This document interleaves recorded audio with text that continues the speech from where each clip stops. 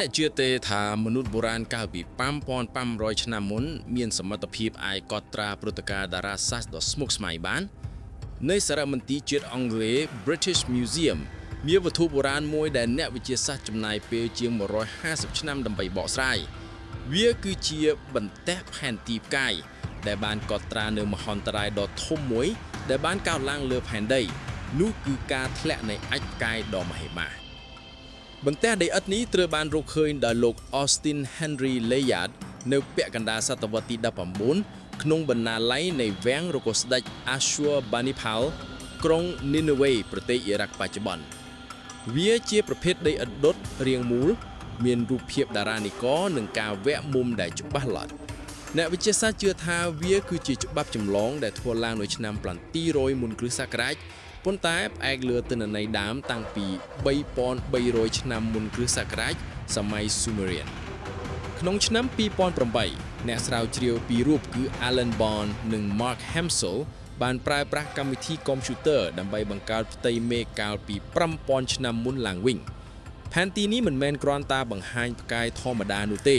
ប៉ុន្តែវាបង្ហាញពីវត្ថុហោះដ៏ធំមួយដែលធ្វើដំណើរឆ្លងកាត់តារានិករ Pisces ពួកគេបានកំណត់កាលបរិច្ឆេទយ៉ាងច្បាស់គឺថ្ងៃទី29ខែមិថុនាឆ្នាំ3123មុនគ្រិស្តសករាជទិន្នន័យនៅលើបន្ទះដីឥដ្ឋបានបង្ហាញពីគន្លងដែលឆ្ពោះទៅកាន់តំបន់ភ្នំ Alps ក្នុងប្រទេសអូទ្រីសត្រង់ចំណុចដែលគេហៅថា Coffels គេជឿថាឥដ្ឋផ្កាយនេះមានអង្កត់ផ្ចត់ប្រហែល1គីឡូម៉ែត្រ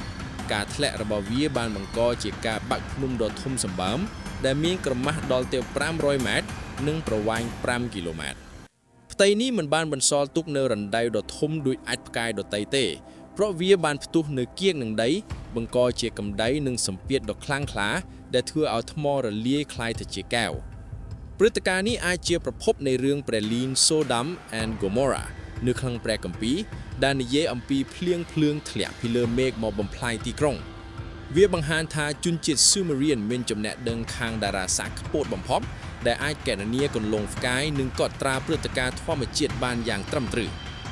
បន្ទះដីឥដ្ឋតូចមួយនេះគឺជាសក្ខីតិមានៃចំណេះដឹងបុរាណនិងជាសៀវភៅប្រវត្តិសាស្ត្រនៃមហន្តរាយពីលើមេឃវាប្រាប់យើងថាផែនដីតែងតែរងការគំរាមកំហែងពីលំហអាកាសហើយបុព្វបុរសយើងបានព្យាយាមប្រាប់យើងតាមរយៈផ្ទាំងថ្មទាំងនេះតើអ្នកជឿថាមានអាថ៌កំបាំងអ្វីផ្សេងទៀតដែលលាក់ទុកក្នុងវត្ថុបុរាណទាំងនេះទេកុំភ្លេចចុច like និង subscribe